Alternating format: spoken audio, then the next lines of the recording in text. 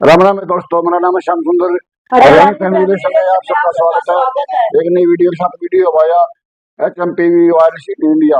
ये केस आ गया भाई इंडिया में भी। एक बार वीडियो देख लेते हैं, उसके बाद हम फिर अपना रिएक्शन देंगे भाई। वो क्या, कौन सा वायरस है, वो किस प्रकार का हो है, वो करते हैं स्टार्ट भाई।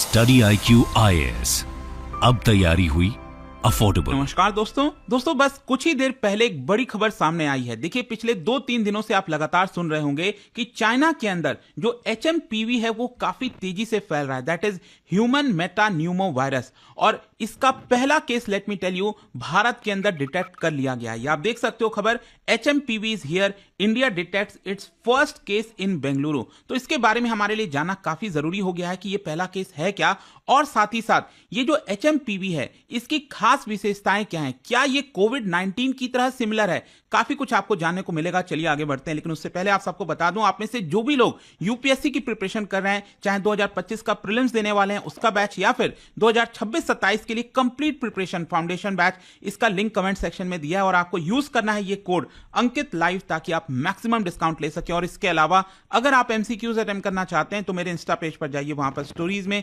जितने भी एमसीक्यूज हैं उसको भी आप अटेम्प्ट कर पाएंगे। चलिए शुरुआत करते हैं और सबसे पहले ये समझते हैं कि एग्जैक्टली हुआ क्या है। देखिए, बेंगलुरु से एक खबर आई है कि 8 साल का जो बच्चा है उसके अंदर HMPV डिटेक्ट किया गया है, that is human metapneumovirus. और वो पॉजिटिव केस सामने आया एक प्राइवेट हॉस्पिटल में जहां पर उसका इलाज चल रहा है। और मैं आपको बता दूं, जो बच्चा है और उसकी जो फैमिली है उसका कोई भी ट्रैवल हिस्ट्री नहीं है। मतलब ऐसा नहीं है कि बच्चा या फिर जो फैमिली है वो देश के बाहर गए होंगे, वहां से कोई वायरस आया होगा, ऐसा यहां पर कोई भी ट्रैवल हिस्ट्री नहीं बताया जा रहा है। और ये आप देख सकते हो यहां पर बेंगलुरु के नदन पार्ट में ये काफी फेमस हॉस्पिटल है, बैप्टिस्ट हॉस्पिटल, वहां से ये केस सामने आया। लेकिन इसमें एक चीज ध्यान रखिएगा, यहां पर जो स्टेट हेल्थ डिपार्टमेंट है उन्होंने क्लैरिफाई किया है कि यहां पर जो सैंपल की टेस्टिंग की गई थी वो गवर्नमेंट हॉस्पिटल में नहीं की गई थी, ये प्राइवेट हॉस्पिटल में इसकी टेस्टिंग की गई है। लेकिन उसके बावजूद भी सरकार का यह कहना है कि हम इसमें डाउट नहीं कर सकते। मतलब ऐसा नहीं है कि इस टेस्ट को हम डाउट करें और कहें कि नहीं ये टेस्ट गलत है, ऐसा नहीं है। सरकार खुद इस बात को मान रही है कि हां, ये पहला केस जो है वो बेंगलुरु के अंदर डिटेक्ट हुआ है। और इसी को देखते हुए यहां पर कर्नाटका से जो इंफॉर्मेशन है वो यूनियन हेल्थ मिनिस्ट्री के साथ शेयर किया गया है। और अभी एक चीज आपको और समझना है, यहां पर अभी फर्दर टेस्टिंग होगी और समझने की कोशिश की जाएगी कि क्या ये जो पहला केस डिटेक्ट हुआ है बेंगलुरु में, क्या ये वही वाला स्ट्रेन है जो चाइना के अंदर HMPV फैल रहा है। क्योंकि आपने देखा होगा कोविड के समय में भी जो कोरोना वायरस था उसके अलग अलग स्ट्रेन्स थे, राइट। तो वो क्या मलेशिया वाला, क्या इंडोनेशिया वाला, क्या चाइना वाला, तो अलग अलग प्रकार के आपको स्ट्रेन्स देखने को मिल रहे थे। तो उसको थोड़ा सा समझना पड़ेगा कि वही वाला स्ट्रेन है या फिर ये कोई नया स्ट्रेन है। लेकिन क्वेश्चन ये है कि आखिरकार क्या ये एक मैटर ऑफ कंसर्न है। देखिए, मैं ये नहीं कह रहा हूं कि हमें एकदम पैनिक हो जाना चाहिए, प्रॉब्लम आ जाना चाहिए, ऐसा नहीं है। क्योंकि देखिए, काफी कुछ हमने सीखा है। कोविड वाला जो सिचुएशन आया था वो इस जनरेशन के लिए और कई जनरेशन के लिए काफी ज्यादा नया था, एंड इसी की वजह से उसमें पैनिक समझ गया था। यहां पर तो हमने काफी कुछ सीख लिया है कैसे चीजों को हैंडल कर सकते हैं। लेकिन ये मैटर ऑफ कंसर्न क्यों है? क्योंकि आप समझिए, 5 साल पहले जो कोविड-19 का कहर देखा, जिसमें मिलियंस ऑफ डेथ्स पूरे दुनिया के अंदर हुई थी और चाइना में स्पेशली इसकी शुरुआत हुई, तो क्या था कि उस समय इसको लाइटली लिया जा रहा था। और जैसे जैसे धीरे धीरे भारत में ये फैला, पूरे दुनिया में फैला, उसके बाद कहीं ना कहीं हमें समझ में आया कि ये बहुत ही ज्यादा डेंजरस हो सकता है। और 4 जनवरी को यहां पर चाइना ने इस कंसर्न को डाउन प्ले किया है और चाइना ने बेसिकली ये कहा है कि एक एनुअल सीजनल रिकरेंस है। लेकिन जिस प्रकार के केसेस बढ़े हैं इसकी वजह से अब चिंता हो रही है कि क्या चाइना कुछ छुपा तो नहीं रहा है। और देखिए, ये और भी देशों में फैल रहा है। यहां पर मैं देख पा रहा था कि मलेशिया में, इनफैक्ट जापान में भी ये जो HMPV है वो तेजी से फैलता हुआ आपको देखने को मिलेगा। कई सारे मीडिया रिपोर्ट, सोशल मीडिया के अंदर जो पोस्ट डाले गए हैं उसमें साफ साफ दिख रहा है कि चाइना के अंदर जो हॉस्पिटल्स हो गए, आप देख सकते हो इस तरह के पिक्चर सामने आ रहे हैं कि लगातार वहां पर बहुत ज्यादा पेशेंट्स इकट्ठा हो रहे हैं। और कुछ सोशल मीडिया यूजर्स ये भी क्लेम कर रहे हैं कि चाइना में सिर्फ HMPV नहीं और भी मल्टीपल वायरस इस समय सर्कुलेट हो रहा है, चाहे वो इन्फ्लुएंजा ए हो, माइकोप्लाज्मा न्यूमोनिया हो, कोविड-19 हो, ये सब कुछ इसके पैरेलली यहां पर सर्कुलेट होता जा रहा है। And there are even claims कि चाइना ने कुछ जगह स्टेट ऑफ इमरजेंसी भी डिक्लेयर किया, लेकिन इसका ऑफिशियल कोई भी बयान चाइना की तरफ से अभी नहीं दिया गया है। लेकिन यहां पर एक बात पक्की है कि चाइना ने यहां पर जो एक पायलट मॉनिटरिंग सिस्टम है उसको एस्टैब्लिश किया है ताकि ये जो नया आउटब्रेक है उसका ओरिजिन एक प्रकार से पता लगाया जा सके। और यहां पर रिपोर्ट में यह भी हाईलाइट किया जा रहा है कि जो अपवर्ड ट्रेंड है एचएमपीवी केसेस का, वो स्पेशली बच्चों के अंदर 14 साल से कम उम्र के जो बच्चे हैं वहां पर आपको नदन चाइना में स्पेशली देखने को मिलेगा। जो चाइना का नदन वाला पार्ट है जहां पर इसकी कैपिटल बीजिंग है,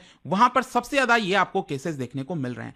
क्वेश्चन अब यहां पर यह आता है कि जो एचएमपीवी है क्या ये कोई नया प्रकार का वायरस है? बिल्कुल नहीं। मैं आपको बता दूं, एचएमपीवी पहली बार 2001 में आपका डिटेक्ट किया गया था, डिस्कवर किया गया था। लेकिन कुछ एविडेंस ये भी सजेस्ट करते हैं यहां पर जो सीरोलॉजिक एविडेंस है कि ये 1958 से ही पता लग गया था। लेकिन कहीं ना कहीं यहां पर एक कॉमन यही बोला जाता है कि 2001 में पहली बार ये डिस्कवर हुआ था। लेकिन मैं आपको बता दूं ये जो वायरस है एक्चुअली क्या होता है कि ये एचएमपीवी की जो हम बात कर रहे हैं ये कौन से फैमिली से बिलोंग करता है, दैट इज न्यूमोविरिडे। ये आपको ध्यान में रखना है कि न्यूमोविरिडे फैमिली से बिलोंग करता है और ये वायरस हमारा जो अपर रेस्पिरेटरी सिस्टम्स है उसके ऊपर ज्यादा इंपैक्ट करता है। अपर रेस्पिरेटरी कहने का मतलब हुआ जैसे कफ हो गया, रनी नोज हो गया, थ्रॉट गले में पेन होना, ठीक है, उसको हम अपर वाले जो इन्फेक्शंस होते हैं। और जो lower part of respiratory symptoms होते हैं जैसे चेस्ट पेन वगैरह, वो भी आगे चलकर हो जाता है, स्पेशली यंग बच्चों में। जैसा मैंने आपको बताया, जो बूढ़े हैं, सीनियर सिटीजन्स हैं, या फिर ऐसे इंडिविजुअल्स जिनका इम्यून सिस्टम वीक है, वहां पर आपको ज्यादा कॉम्प्लिकेशंस देखने को मिलेगा। क्योंकि उस केस में क्या होता है, ये न्यूमोनिया में कन्वर्ट हो जाता है, ब्रोंकाइटिस हो गया, इस तरह के रेस्पिरेटरी डिजीज हो जाते हैं, अस्थमा, एंड जिसकी वजह से कुछ केसेस में यहां पर मृत्यु भी हो सकती है। यहां पर जो US centre for disease control and prevention है यूएस के अंदर, उन्होंने बताया कि एचएमपीवी का जो इन्फेक्शन है उसका इंक्यूबेशन पीरियड 3 से 6 दिन का होता है। इंक्यूबेशन पीरियड का मतलब समझिए, इसका मतलब हुआ कि जब वायरस हमारे बॉडी में एंटर किया और तब से लेकर हमें सिम्टम्स कब दिखने लग रहे हैं। क्योंकि क्या होता है, मान लीजिए हमारे बॉडी में वायरस है लेकिन अभी सिम्टम्स नहीं आए तो हमें कुछ असर करेगा नहीं, फर्क भी नहीं पड़ेगा कि वायरस है भी कि नहीं है। तो यहां पर इंक्यूबेशन पीरियड का मतलब हुआ वायरस बॉडी में आने से लेकर हमें सिम्टम्स कब नोटिस होते हैं। तो ये 3 से 6 दिन लग जाता है कई बार सिम्टम्स आने में, ऐसा बताया जाता है। असली क्वेश्चन यहां पर कई लोग जानना चाह रहे होंगे कि क्या ये जो एचएमपीवी है जिसकी हम चर्चा कर रहे हैं, क्या ये कोविड-19 जैसा ही है? देखो मैं आपको बता दूं, एचएमपीवी एक फ्लू लाइक सिम्टम्स हैं और जैसा मैंने आपको बताया अपर रेस्पिरेटरी सिस्टम वहां पर इंफेक्ट करता है, जो लोअर रेस्पिरेटरी इंफेक्शंस हैं वो भी कॉज होता है। और स्पेशली क्या है ना, एचएमपीवी ज्यादातर आपको विंटर के सीजन में और अर्ली स्प्रिंग में ज्यादातर देखने को मिलेगा। वैसे एचएमपीवी और SARS-CoV-2 जो कोविड-19 जिसकी वजह से होता है, इन दोनों का जो वायरल फैमिलीज हैं वो डिफरेंट हैं, लेकिन इसके अंदर आपको काफी सारी सिमिलैरिटीज देखने को मिलती हैं। चाहे हम इलनेस की बात करें, क्योंकि दोनों ही केस में आपको रेस्पिरेटरी इलनेस देखने को मिलेगा। कोविड में भी ऐसा ही हो रहा था, सांस लेने में तकलीफ, रेस्पिरेटरी इंफेक्शंस, इस तरह की चीजें।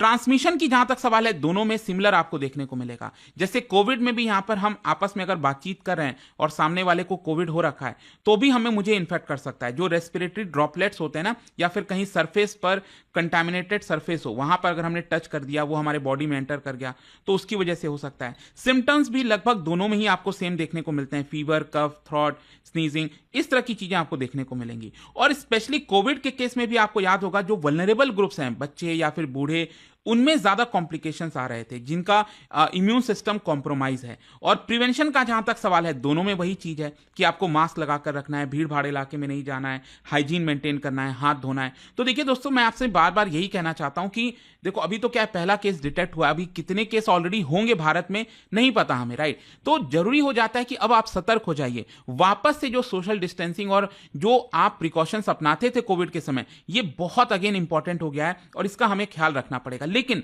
दोनों के केस में एक मेन डिफरेंस देखिए क्या है ना इस समय, वो यही है कि एचएमपीवी का अभी कोई भी वैक्सीन नहीं है। कोविड के केस में तो क्या है, जल्दी से जल्दी यहां पर जो प्रकार का सिचुएशन बन गया था हड़बड़ी में, या फिर जैसे भी कहिए, यहां पर वैक्सीन को प्रिपेयर किया गया। लेकिन एचएमपीवी का अभी तक कोई वैक्सीन नहीं है। अब हो सकता है कि अगर केसेस बढ़े, एंड आई एम श्योर कि अगर आप पीछे देखोगे तो कहीं ना कहीं जो फार्मा कंपनीज हैं वो लगी होंगी इसके पीछे कि कैसे जैसे इसका एचएमपीवी का जो वैक्सीन है उसको कैसे डेवलप किया जाए। अब देखना होगा वो कब तक आता है नहीं आता है। लेकिन एक और चीज आपको समझना है कि कोविड के केस में एंटीवायरल ट्रीटमेंट अवेलेबल है, जैसे पैक्सलॉइड वगैरह दिया जाता है, लेकिन एचएमपीवी के केसेस में ऐसा आपको कोई एंटीवायरल ट्रीटमेंट देखने को नहीं मिलेगा। तो ये थोड़ा सा कंसर्न है कि एचएमपीवी अगर हो जाता है तो हमें प्रिकॉशंस ही लेना पड़ेगा और उम्मीद करना पड़ेगा हम ठीक हो जाएं, राइट। यहां पर कोई स्पेसिफिक ट्रीटमेंट एचएमपीवी का आपको देखने को नहीं मिलता है। अब फाइनली क्वेश्चन ये आता है कि भारत सरकार इसको लेकर क्या कर रही है। देखिए, यूनियन हेल्थ मिनिस्ट्री ने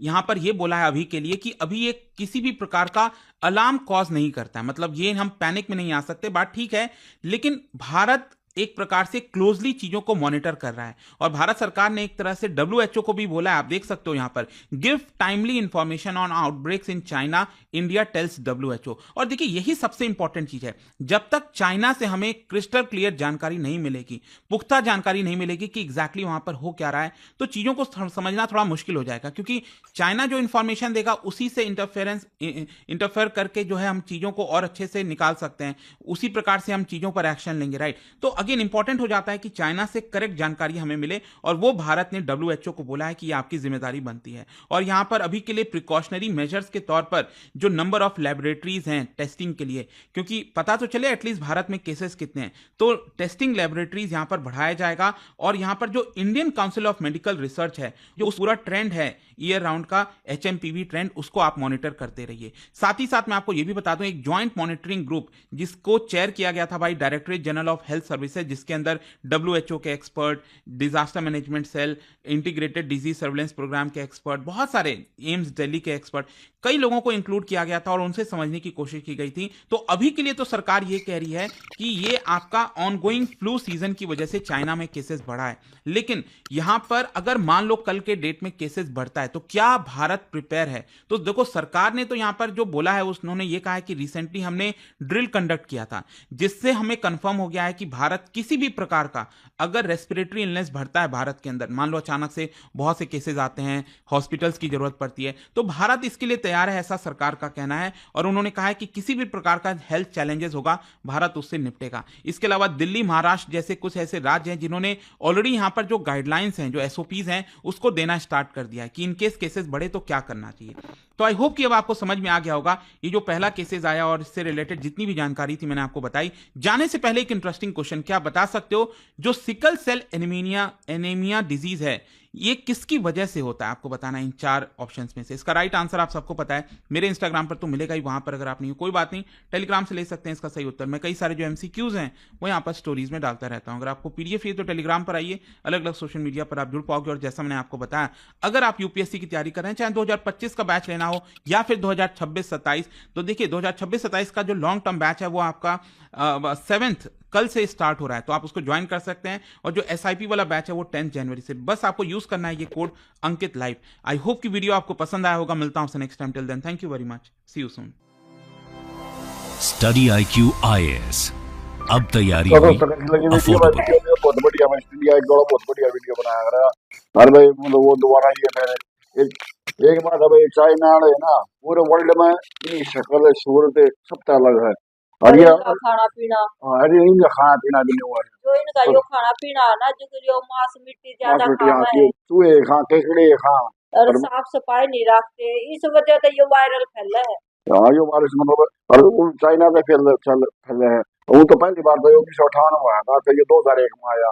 लेकिन ये सरकार इसमें मतलब कहता है भाई हम गंभीरता से ले रहे हैं, लेकिन सरकार इसमें नॉर्मल है मान रही है। और जनता भी भाई सबने क्यों पेरा भाई, सर्दी में नमूनिया पे जाया करे, तो जुकाम ठीक ना हो तो ज्यादा गले में भी इन्फेक्शन हो गला में जाए। इंफेक्शन हो जाए।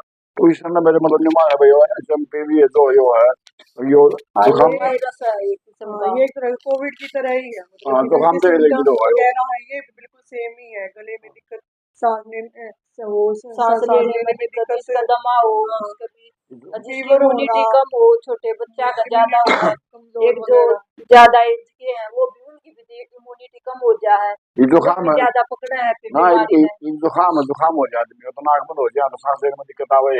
अगर जुकाम में फिर गला गला भी पकड़ा हाँ, जाए, गला ही पकड़ा जाए। ठंड में भी पकड़ा जाए हाँ। गला, तो जैसे ठंडी चीज खा ले हम हाँ। तब भी हो जाए। तो ये तो जुकाम बीमारी तो- पता तो चलती हाँ। आ रही है। जुकाम से संबंधित है, मतलब इसमें 5-7% ज्यादा हो जाए और वो अब इसलिए तो सकते तो सब दे रहे लगा और दे। इसके प्रिकॉशंस वगैरह भी वही देते रहो, कोविड की तरह सेम ही है। हाँ सेम है बिल्कुल मतलब भाई। मास्क वगैरह लगा के रखना, आज और जहाँ पर ज्यादा थोड़ी दूर क्राउड हो। वगैरह हो वहाँ मत जाना, डिस्टेंस बनाकर रखना सबसे। और भाई इम्यूनिटी बनाए रखो अपनी, गर्म पानी पीना ज्यादा मतलब और बस। जो अपना ताकत की चीज है थोड़ी बढ़िया है, जैसे ड्राई हाँ। फ्रूट है, और वैसे जो फ्रूट है हाँ वो खाने चाहिए, अच्छी जो कोई ताजा तो- सब्जी खानी अरे चाहिए। तो कोविड में खाए थे ना भाई हाँ, वो वही है। कोविड में हाँ तो दोस्तों किसी लाइक वीडियो भाई, वीडियो को लाइक करना, शेयर करना और कमेंट करके जरूर बताना वीडियो कैसी लगी, और जिसने अभी तक हमारे चैनल को सब्सक्राइब नहीं किया है वो भी जल्दी जाकर सब्सक्राइब कर लो। ओरिजिनल वीडियो का लिंक मिल जाएगा डिस्क्रिप्शन में। मिलते हैं नेक्स्ट वीडियो में, तब तक के लिए बाय बाय।